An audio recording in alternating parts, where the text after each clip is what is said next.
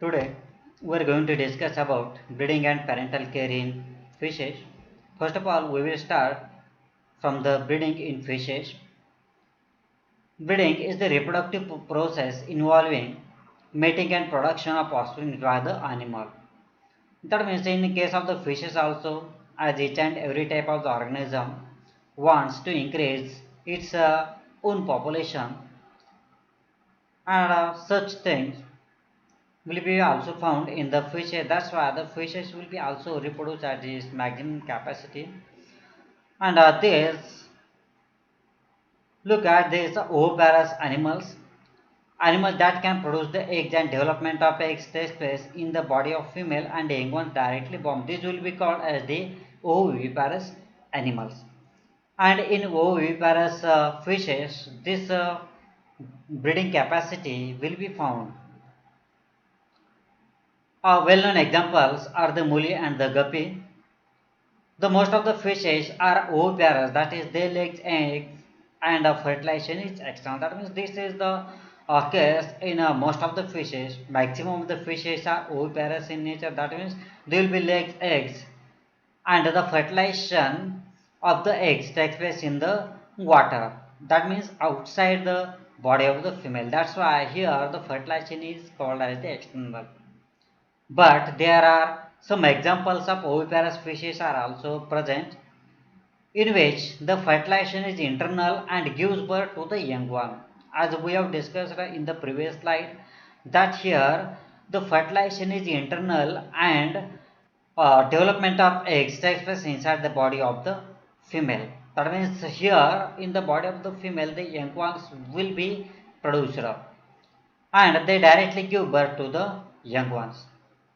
The female gives protection to the developing embryo, and embryo gets nourishment. That means here look here the parental care, or the in case of the breeding, here the parental care will be considered after the birth, but here during the development of embryo, here the some sort of the protection is provided by the fishes.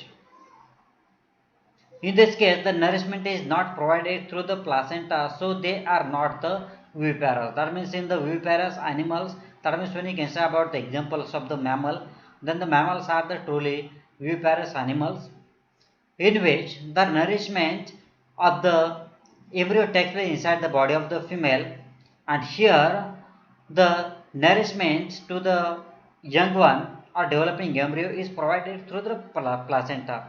But here in fishes the placenta will be not found. That's why here the nourishment will be not provided through the placenta, and this type of the oviparity observed in fishes, in which the survival of the eggs is difficult. That means when you can say about the fish, that means saying this is the drawback of the external fertilization, that here in the external fertilization the chances of fertilization, successful fertilization, are very less, and also after the hatching the survival rate is also lesser.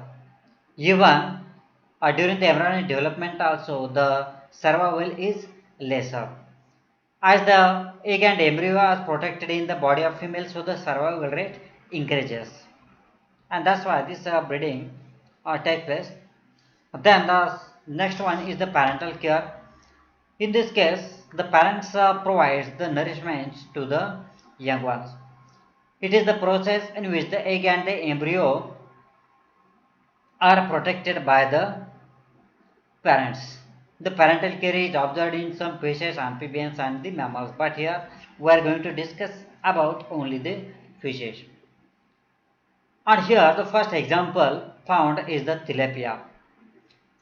As we know that tilapia is the freshwater fish, is abundantly found throughout the Indian subcontinent. And here the parental care to the young ones provided by the females.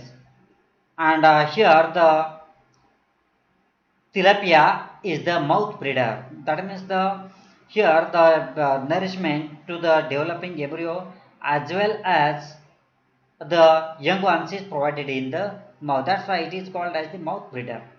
eggs are protected in the buccal cavity till all the eggs hatches. And after the hatching, the young ones remain close to the mother, and if any danger arises, then the young ones will be gets the shelter in the buccal cavity of the mother. That means here the tilapia, the female tilapia, is having a larger buccal cavity in which she will provide the nourishment as well as the protection to the young ones. Then the second example from the fishes is the hippopotamus, which is commonly called as the seahorse. It is a marine water fish. The parental care to the young egg and young ones provided by the male. Here the female will be not provide the parental care, but here the male provides the parental care. It has the brood pouch close to the tail. That means here in the diagram the brood pouch is shown. The female deposits fertilized egg in the brood pouch of the male. That means here as the male is going to provide the parental care to the young one. That's why the female deposits fertilized egg in the brood pouch of the male. In the brood pouch of the male, the egg hatches and young ones nourished in the brood pouch. That means after the birth also these young ones will be get nourishment inside the brood pouch of the after the complete development the young ones release in the water through a small aperture of the brood pouch. That means the brood pouch is having a small aperture through which after the completing development this will be released inside the water bodies. Thank you.